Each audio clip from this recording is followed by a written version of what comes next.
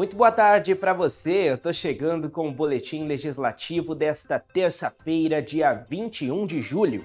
Fique com a gente e confira os destaques de hoje. Honraria no plenário. Presidente do Sindicato dos Metalúrgicos de Taubaté e região recebe título de cidadão joseense pela Câmara Municipal.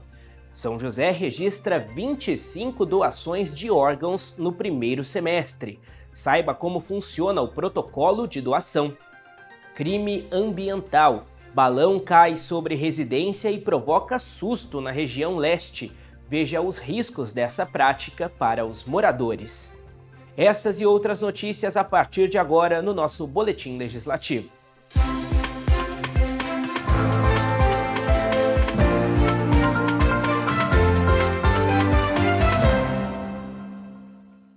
A gente começa a edição de hoje falando do Legislativo. Durante sessão solene realizada no plenário da Câmara, o presidente do Sindicato dos Metalúrgicos de Taubaté e região, Cláudio Batista Júnior, recebeu o título de cidadão joseense, honraria destinada a pessoas que não nasceram aqui em São José, mas que fazem a diferença no dia a dia da cidade.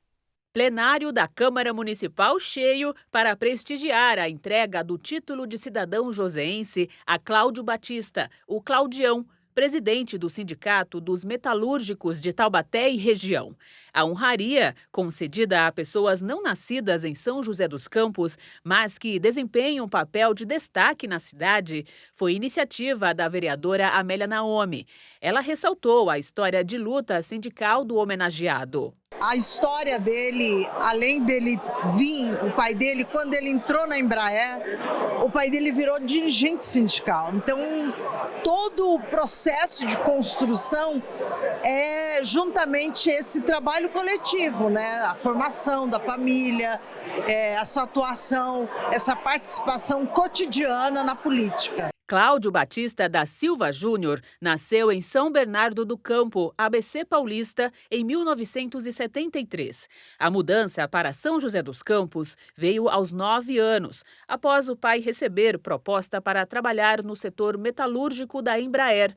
Ainda jovem, o homenageado já se destacou como ativista estudantil. Cláudio é formado em administração de empresas e economia sindical com pós-graduação em comunicação e marketing político. Atualmente exerce o 3º mandato de presidente do Sindicato dos Metalúrgicos de Taubaté, uma trajetória de admiração no meio sindical. É sempre aquela pessoa que inspira nós, né? Então, é um homem que traz para nós pautas com clareza, no sentido de quê? Que nós temos que nos colocar. Você bem viu agora o discurso dele, né? Pra gente falar, pra gente colocar os nossos sentimentos, que a gente é muito forte, mas a gente é forte nós juntos. Presente na solenidade, a esposa de Claudião ressaltou a importância da estrutura familiar para a trajetória do homenageado. Que a estrutura familiar é importante de transmitir a segurança para que ele possa fazer esse trabalho que ele faz, né?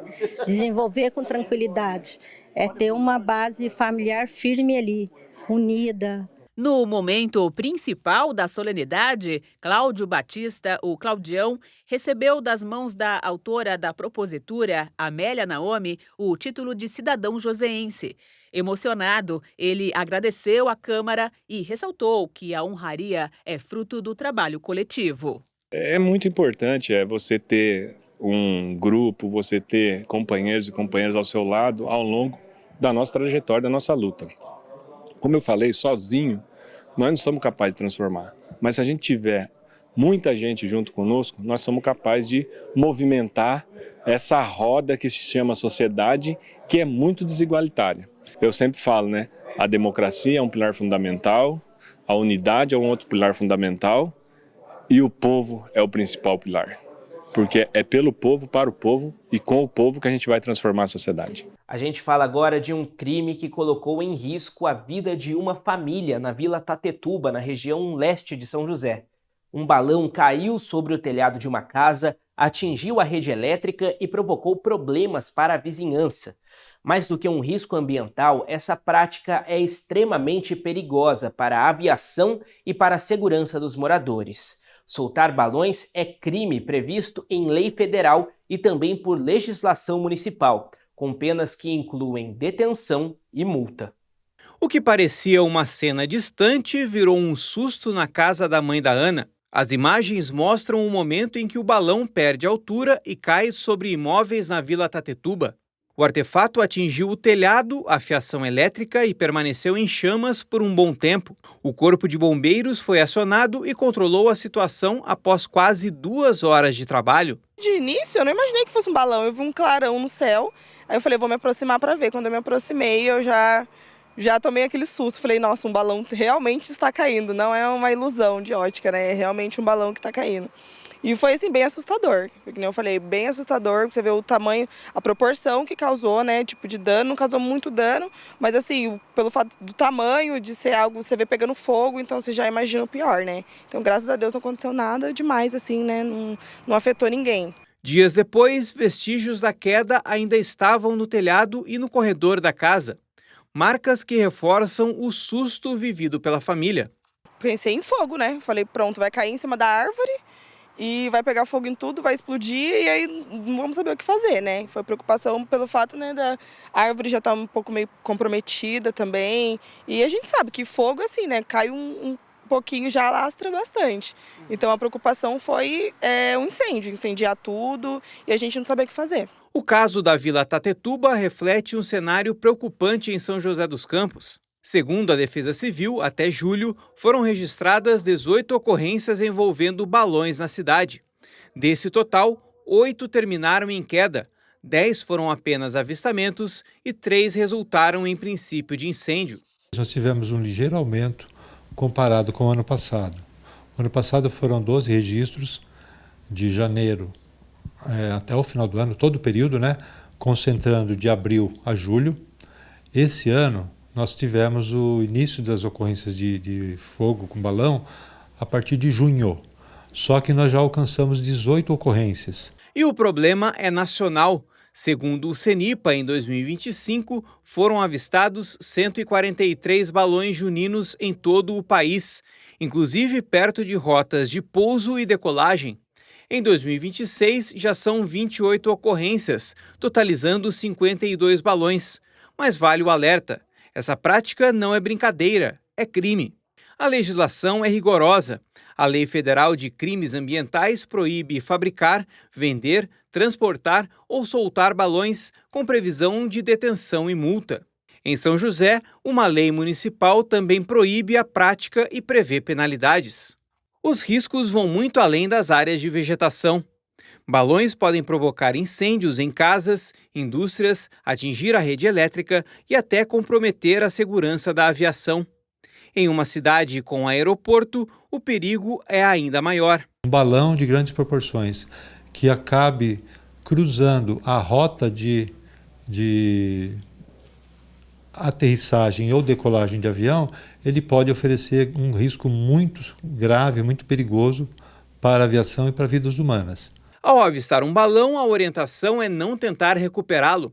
O correto é acionar a Polícia Militar pelo 190, o Corpo de Bombeiros pelo 193 ou a Guarda Civil Municipal pelo 153. As equipes fazem o monitoramento e o atendimento da ocorrência.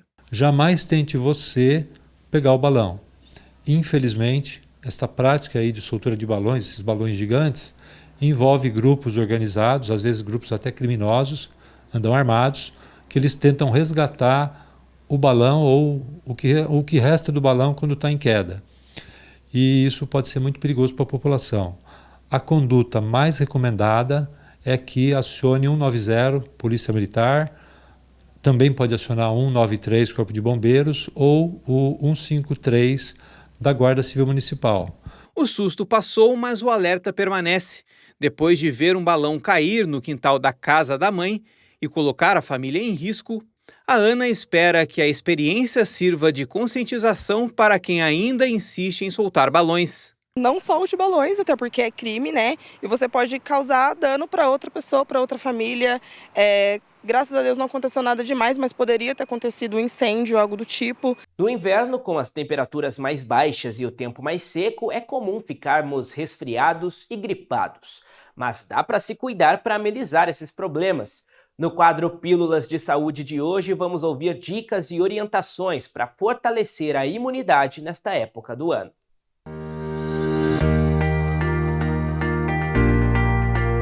Olá, eu sou a Lisa Ampierre, médica geriatra, e hoje eu vou falar sobre como fortalecer a sua imunidade no inverno.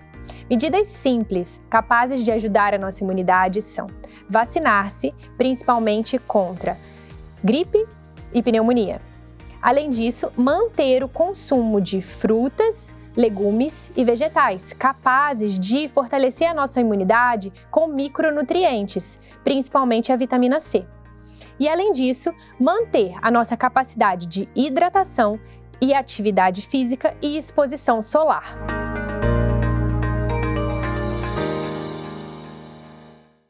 E vamos ver as vagas de emprego abertas no Pátio de São José nesta terça-feira? Confira a nossa agenda de serviço. O PAT, Posto de Atendimento ao Trabalhador de São José dos Campos, tem oportunidade de emprego para ajudante de carga e descarga de mercadoria, ajudante de cozinha, ajudante de eletricista, ajudante de estruturas metálicas, ajudante de obras, analista contábil, atendente de lanchonete, auxiliar de cozinha, auxiliar de limpeza, auxiliar de manutenção predial, balconista, cozinheiro de restaurante, dedetizador, empregado doméstico diarista, encanador, encarregado de obras, entrevistador de campo, fresador, gerente de loja e supermercado, marceneiro, mecânico de automóvel, montador de veículos, motorista de caminhão, operador de escavadeira, operador de motoniveladora, operador de teleatendimento ativo, padeiro, passadeira de peças confeccionadas,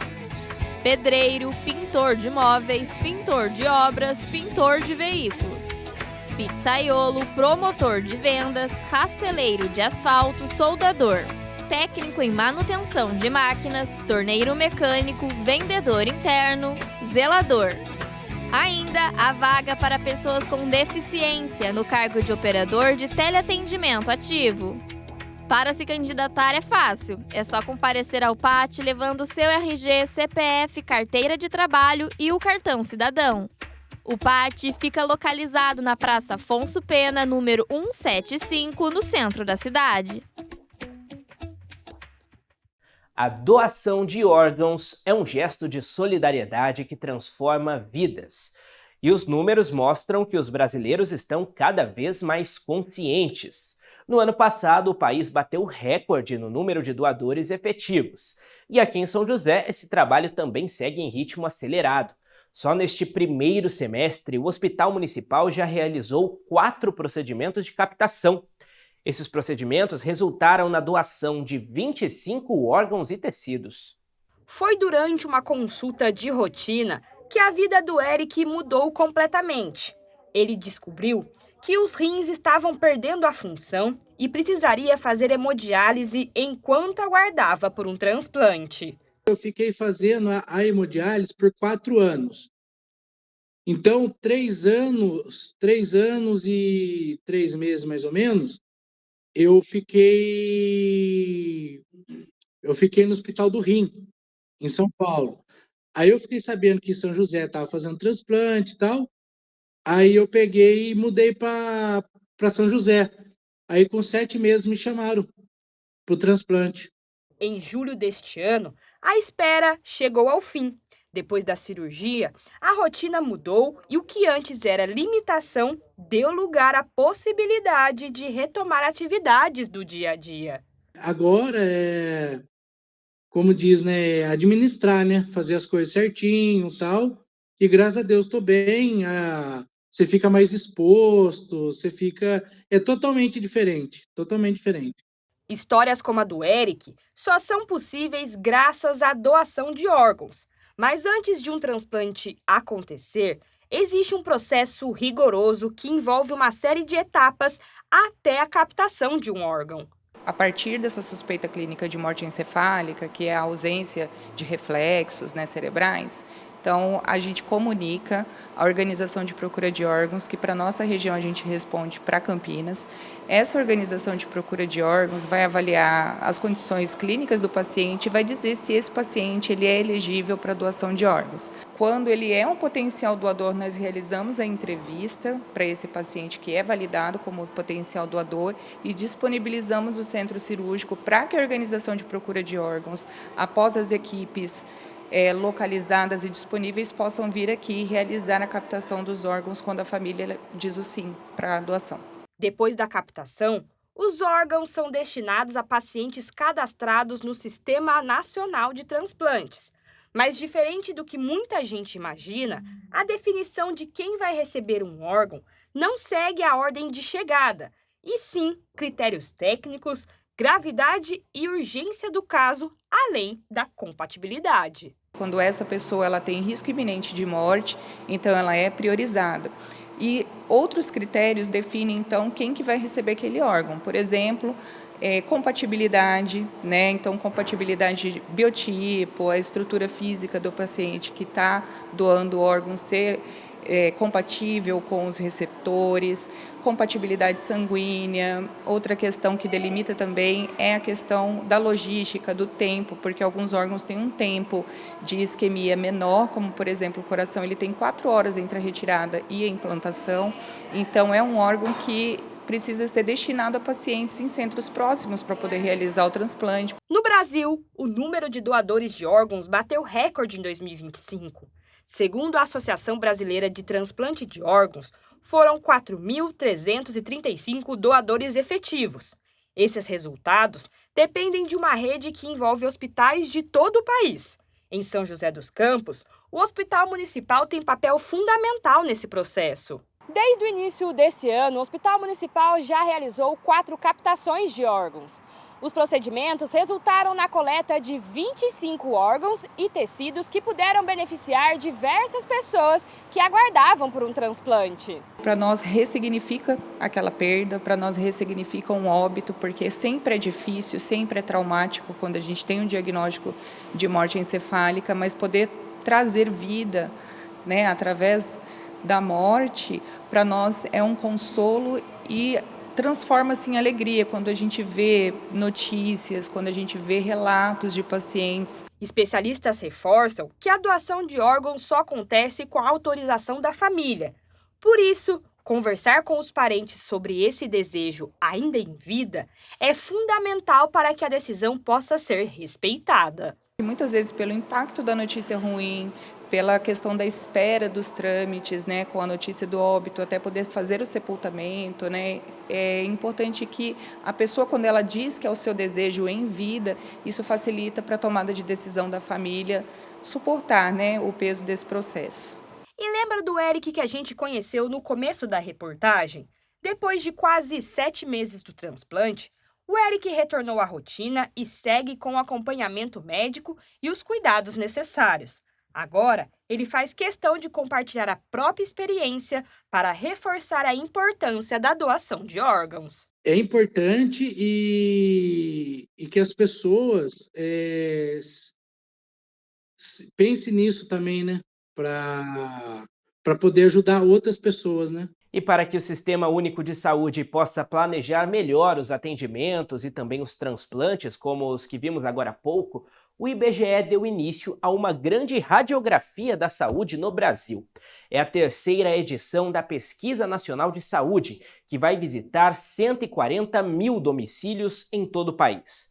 Os pesquisadores já estão nas ruas de São José para coletar dados sobre hábitos de vida, doenças crônicas e até realizar exames gratuitos de sangue e urina em alguns participantes. Quem traz os detalhes de como a pesquisa vai funcionar é a repórter Bianca Martins Chagas. Boa tarde, Bianca. Boa tarde, João. É isso mesmo. A Pesquisa Nacional de Saúde já começou e vai aí até mais ou menos o fim de novembro, essa é a previsão. Eu estou aqui na unidade do IBGE de São José dos Campos para conversar com o supervisor Lucas Almeida Silveira, que vai explicar um pouquinho melhor para a gente. Lucas, para a gente começar, por que essa pesquisa acontece, né? E qual que é a importância dessa participação da população para a melhora das políticas públicas de saúde? Olá, Bianca. Essa pesquisa é a Pesquisa Nacional de Saúde, né? Ela já teve 2 versões que aconteceram em 2013 e 2019, e agora é o momento da gente fazer esse novo retrato da saúde no Brasil, né? São mais de 140 mil domicílios no Brasil. São Paulo, o estado de São Paulo está participando com quase 8 mil. E aqui em São José dos Campos e municípios próximos também, aliás, no Vale do Paraíba todo, a gente também vai ter a coleta dessa pesquisa. É muito importante que a população nos atenda, né, e responda com qualidade as informações para a gente conseguir esse retrato bem detalhado da saúde no país. Perfeito. E para quem nunca participou, para não estranhar ali como acontece, você pode explicar um pouquinho para a gente como essa pesquisa é feita na prática? Sim, ela é feita como outras pesquisas domiciliares do IBGE, né? O IBGE faz o censo demográfico, faz pesquisa sobre trabalho e também está fazendo essa da saúde. A gente visita os domicílios das pessoas, né, presencialmente, enviamos informações também por carta para que as pessoas tenham a segurança, né, dos telefones, dos contatos que a gente tem aqui na nossa agência, que fica aqui na Vila Maria, por sinal, na Rua Minas Gerais 317. Se as pessoas quiserem conhecer, inclusive responder a pesquisa aqui também, é possível que elas respondam. E através desse contato, tanto presencial quanto por cartas, a gente vai encontrando os moradores que já são previamente selecionados pela nossa unidade nacional do IBGE e vamos fazendo as entrevistas até que a gente complete com qualidade todo o nosso cadastro. Você comentou dessa seleção, né? Como que esses domicílios são selecionados e qual que é a importância, né, de quem está ali nesses domicílios participar da pesquisa? Sim, isso é muito importante a gente falar assim. Esses domicílios eles são selecionados aleatoriamente, né? Ou seja, não somos nós aqui da agência, né, que escolhemos. É um procedimento estatístico para garantir que a população possa ser representada com uma amostra menor do que a população total. Então, isso é importante que as pessoas entendam, que é só através das entrevistas nessa seleção aleatória que a gente consegue a qualidade do resultado, né, que realmente ele represente o país como um todo. Perfeito. E só para a gente finalizar aqui, como que quem for receber, né, um dos entrevistadores do IBGE pode identificar que ele realmente é um entrevistador credenciado, né, para evitar aí de ter pessoas estranhas que não sejam credenciadas em casa? Ótimo. O IBGE ele funciona com agências, né? As agências são postos que o IBGE tem em municípios estratégicos e são a referência para quem, como eu falei aqui no caso da nossa agência de São José dos Campos, quiser conhecer melhor o trabalho. Além disso, existem os canais já de praxe do IBGE, onde a identidade dos entrevistadores pode ser conferida. Um deles é o online, né, que é respondendo.ibge.gov.br, onde as pessoas podem procurar informações sobre a pessoa que for na sua casa. E temos também o 0800 721 8181, que também é um contato que pode ser usado para conferir essas informações. Além disso, só lembrando, os nossos entrevistadores utilizam colete do IBGE, são orientados a ir aos domicílios com crachá, com um documento de identificação e sempre tem o apoio aqui da nossa supervisão, da nossa agência, para que consigam fazer corretamente o trabalho. Ótimo, Lucas, muito obrigada, viu? Então é isso aí, pessoal. Olha, o Lucas já deu as dicas para identificar os entrevistadores, sobre como participar aí da pesquisa. Quem puder participar vai ajudar bastante para a gente poder, para o país, né, poder pensar nessas políticas públicas de saúde também. Volto com você no estúdio, João. Importante. Obrigado, Bianca, pelas suas informações. Vamos ver como fica o tempo nesta terça-feira aqui em São José, hora da nossa previsão. A tarde de hoje, terça-feira, será ensolarada com a presença de algumas nuvens ao fim do dia. Não há probabilidade de chuva. Temperatura máxima de 26 graus e mínima de 11. Amanhã, quarta-feira, será de sol entre muitas nuvens durante todo o dia. Céu nublado pela noite, mas não chove. Máxima de 27 graus e mínima de 11. O Boletim Legislativo de hoje termina aqui. Acompanhe a nossa programação no YouTube, nos siga nas redes sociais. O endereço é sempre o mesmo, @TV Câmara SJC. Amanhã, às 2 da tarde, eu volto com mais uma edição do nosso jornal. Tchau, tchau!